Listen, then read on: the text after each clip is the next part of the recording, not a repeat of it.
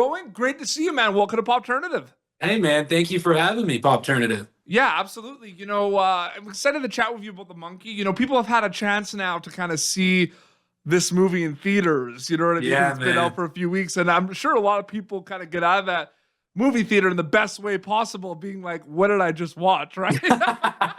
Yeah, a bit of an acid trip, man. It's Yeah. a Oh, it's a it's kooky movie. crazy.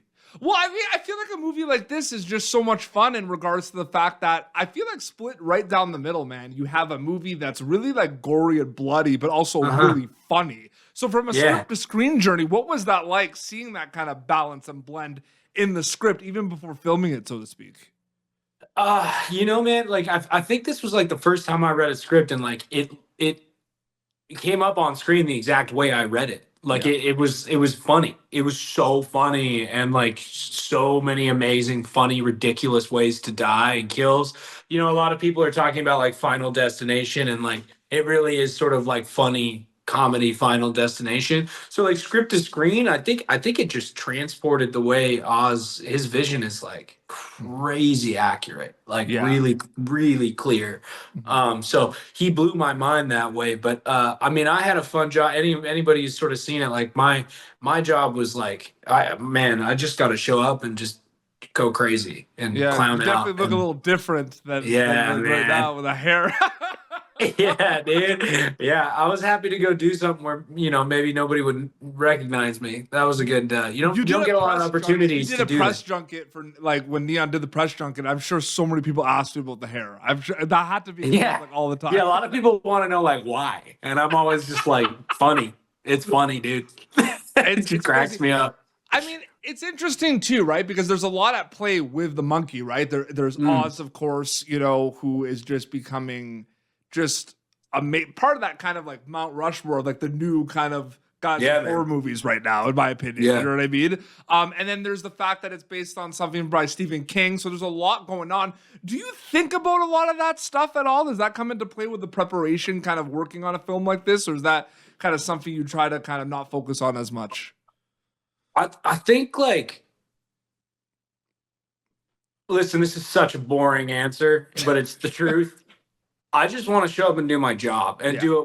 do it in a way that just makes the movie maybe a little better than if I wasn't in it. Yeah. So it's like I think the more I focus on any of that noise, the more anxious I'm gonna get. It was the same thing with like I've had a whole career of sort of like jobs that if I think about it, it's Mhm. gonna be anxiety inducing. It's like I think like my first major gig was like the Hardy Boys, which is Yeah. like books that like meant a lot to me and so like if you think about that it's anxiety inducing and then it was like catapulted straight into Halloween ends Yeah. and Oh and that man. was like you're sharing a screen with Jamie and David Gordon Green's one of my heroes.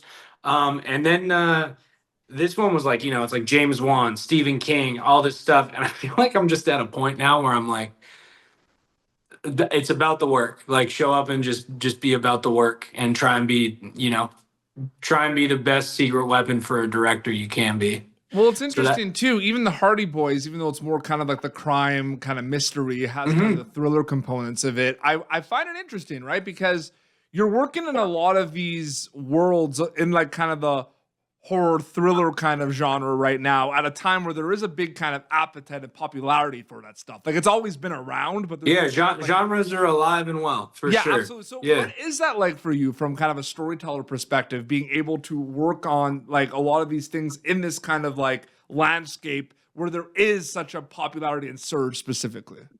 I'm just attracted to being able to do interesting, offbeat, quirky, whatever you want to call it. Like, I just want to like I don't want to bore anybody, and it Yeah. feels criminal to make people pay for a movie ticket and and go see something that's formulaic or whatever that is. So I think when we talk about like genre and why it's popular right now is it's always kind of been pretty punk rock. Like it's Yeah. it's always kind of where fresh minds are and with Hardy Boys it's like there's like a surreal magic to it, in genre and like I just think there's a lot of like really creative minds and a lot of Yeah. good scripts and a lot of good characters in those genres. Mhm.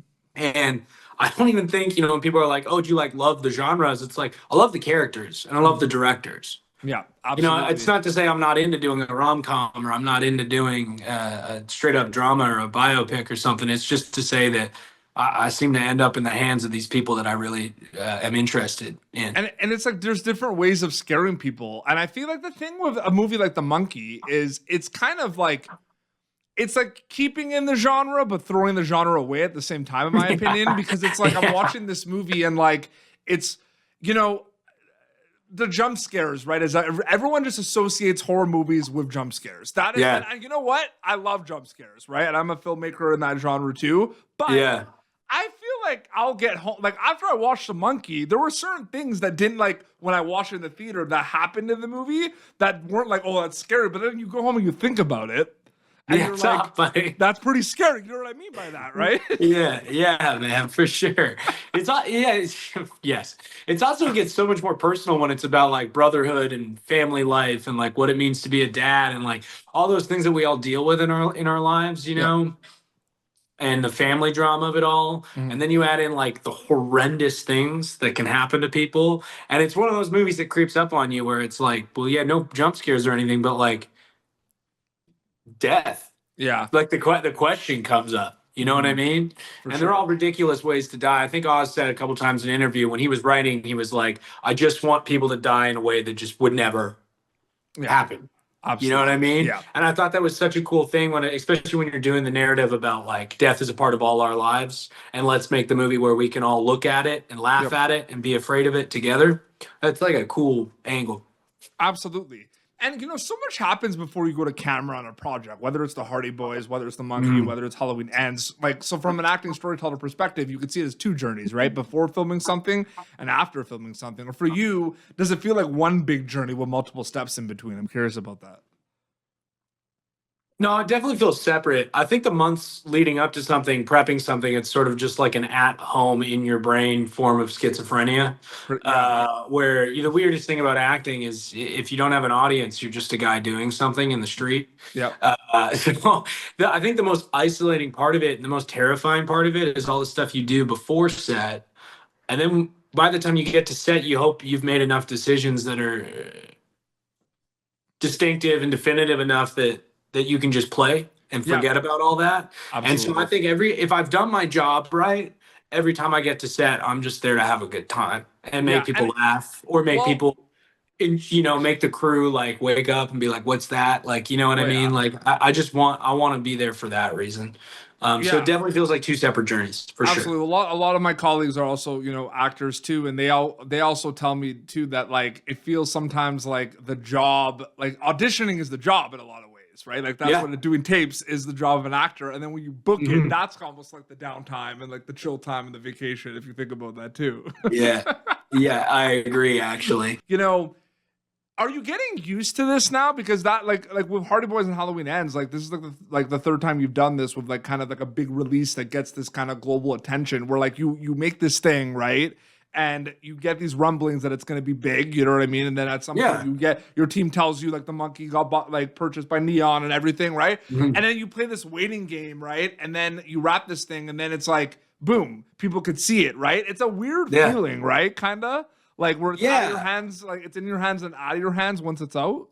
Yeah, it's sort of like, it doesn't feel real because it's like, it's like you show up, your job is like so far away from the distribution and the projection of the movie. And like, look, again, it all comes down to like, I hope that we're doing something that people don't feel ripped off when they see it, no matter the size of the movie.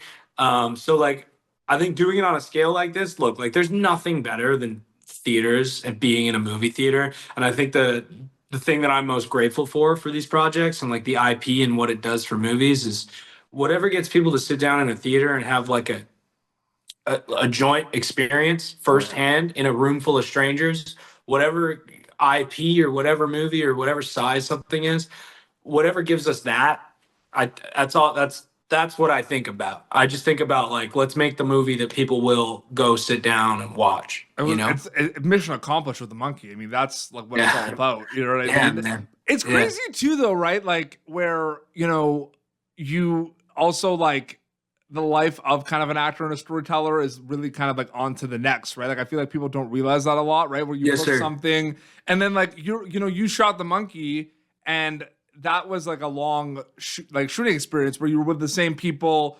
I'm sure that was a couple of months, right? Yeah. Yeah. So a couple months, you're with the same people, getting breakfast with the same people, hanging out with the same people. And then New family. yeah, family, but then it wraps, and you might not even like because of schedules, you might not ever see that family ever again. Yeah. If you think Yeah, about it's pretty insane actually. yeah, Yeah. like summer camp, but in real life. It's like summer camp. Yeah, Yeah. exactly. And thank God for cell phones and stuff. But people are busy. It's just like I mean, that's what's so great about premieres, man. It's like getting the gang back together and seeing people. Absolutely. It's amazing. I did want to ask two quick questions, one about Hardy Boys and then one about Halloween Ends. For Hardy Boys, I mean, this is something that is kind of that like, week to week kind of drop, and it went on Hulu, and people love the books and everything, and it got you at the edge of your seat.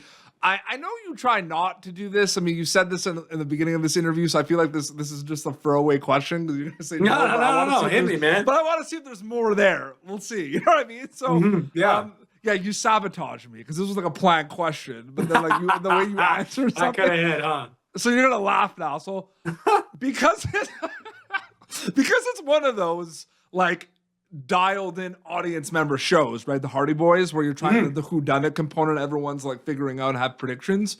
Are you ever conscious of the audience member watching the Hardy Boys while you're making it at all, or like thinking about reactions? A fascinating or question. Is that something that happens a little bit, after you wrap, so to speak? Do you know what the hardest thing about making a mystery series is the mystery.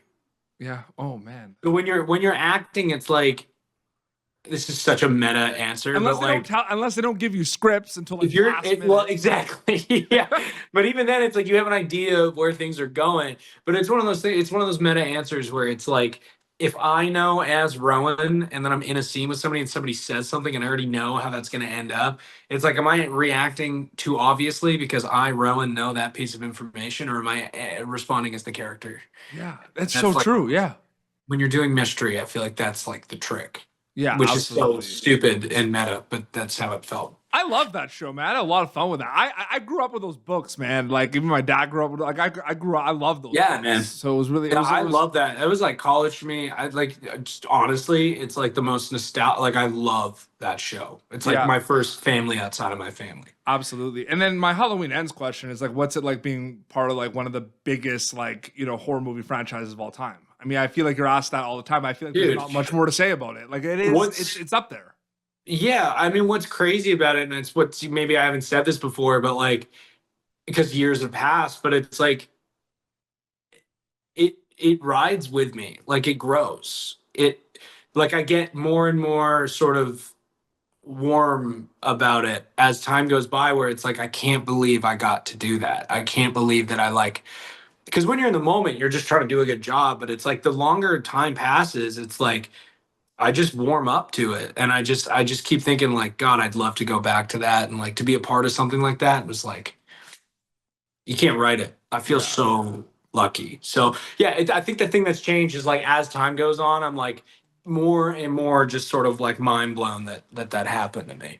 And I feel like it's interesting too, right? Because you're part of spooky season horror movie marathons forever. Yeah, yeah. I know you're trying to think about that. You're a humble guy, and it's awesome. But like, it's cool to feel. Oh my God, it's amazing. I mean, Halloween comes around. Halloween, you will Rohan Campbell will be like on part of people's marathons. Like it's crazy. Yeah, man. I mean, that makes me so happy. Like we all got into this to like give people an escape and go watch a movie, and like knowing that every Halloween somebody will go, I want to go feel that again. Like, that's a fucking cool feeling. Absolutely. It's this like crazy world of like Michael Myers and just kind of like seeing all the different side stories and all the different side characters. Like your character, that was just like, what is happening? Where is this going storyline? You know what I mean? Yeah. Yeah, it took a lot of courage for David, and I think it paid off, man. Yeah. Like it's such an amazing like right hook. Like you're really just like, what? Especially to open it on a babysitter and have that go from there. And I find it interesting too, and like we won't go into big kind of details about it. You'll know what I'm referring to, but it's like it's all storytelling at the end of the day. But it's like our mindsets preparations different compared to working on a feature film versus a television series versus a music video. Like, are they all different, or are they completely like like are they a little bit like different in terms Listen, of like I feel like TV is like mental stamina. Like you gotta the amount of hours that you shoot, the volume is like it's a different beast. I think it makes you a really good actor because you got to be prepared and you got to be fast and you got to hit it on 2-3 takes. I think it does that. Feature films are like sort of abstract at times where you're finding it as you're going, or something surprises you, or you get to set and like doors on the other side of the room and it really changes how you thought about it. And then music videos, I just show up and try and look remotely as cool as two of the coolest women in the world is basically all I tried to do. Yeah. So okay, perfect. I threw a fastball down the middle. You hit it. Yeah. So, well, no, but like, what is like? How long? Like, what's that process like of being part of that Taste music video? I got a call. They were like, "Do you want to come do this?" It was like a Thursday. I showed up on a Friday and shot Friday, Saturday. Okay. And did you know who was involved with it? It was a blur. I mean, my agent called me and she was like, top secret, but Sabrina's going to go. She's doing this music video. Jenna Ortega's doing it as well. And when she told me that, I was like, these are the coolest people in the world. So it was like, also like Jenna in X, dude, like I'm just a big fan of what she does. So, that was a cool weekend and a really cool phone call to get. Yeah. But like, there was no like lead up to it. It wasn't like, yeah, I want to go make a music video. There was no like, this person knows this person. It just sort of happened. We're in an industry where like we feel like there should like we feel like there is a rhythm and rhyme, but there isn't. It's so jazz. It's so like you're on sort of the same tempo, but then all of a sudden a hi-hat comes in and you're like, where, what, how, when did this happen? Yeah. And that's truly what that felt like. A lot of my career has just been like opportunity, do a good job. Yep. And then it ends and I'm like, thank God I survived it. And then 6 months later, I'm like, well, that was pretty cool that I got a chance to do that. So that's kind of where I'm at with it. And, last question, kind of get back to The Monkey, which, is, still available in theaters so people can check it out. Whether you've been on a set one time or thousands of times, there's always going to be learning experiences. And the reason why I'm excited to ask you about this is because this was such a crazy character. And I just feel like the sequences were kind of a bit different compared to other things you've kind of worked and filmed in the past. So what were some learning experiences from an acting storyteller perspective on The Monkey specifically that you'll be able to take to future projects and journeys specifically? I'll give you two answers. As an actor, the bravery it takes to be comedic was really eye-opening to me, and it gave me a whole new perspective on funny actors and comedic people. As a storyteller, when you go and watch Longlegs or you go and watch The Monkey, and there's so much detail and so many shots and so many angular shots that you're like, this is so interesting. Like, they must have shot this room for days. Osgood is so accurate at vision that there's like 4 shots. Honestly, like he shoots fast. It's an indie movie, which is insane for people to hear because there's Stephen King and all these people, but it's like you shoot that movie for like $10 million. Like that's like not an easy movie to make it look like that. So I think from a storyteller perspective, it was watching Oz work and realizing how prepared his vision was for the set. Absolutely.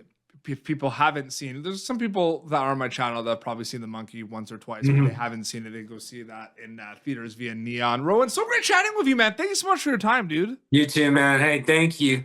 Yeah, your Instagram account is just your name if people want to keep update with everything, right? It's just Rohan Campbell? Yes, sir. I think it's reversed. Campbell Rohan. Campbell Rohan, absolutely. Well, this has been Popternative, youtube.com/Popternative for previous episodes. Thank you so much, man. Rohan and PD Beats signing off. Thank you for tuning in to Popternative. Make sure to check out our past episodes of Popternative on YouTube. This has been an Autograph Communications production.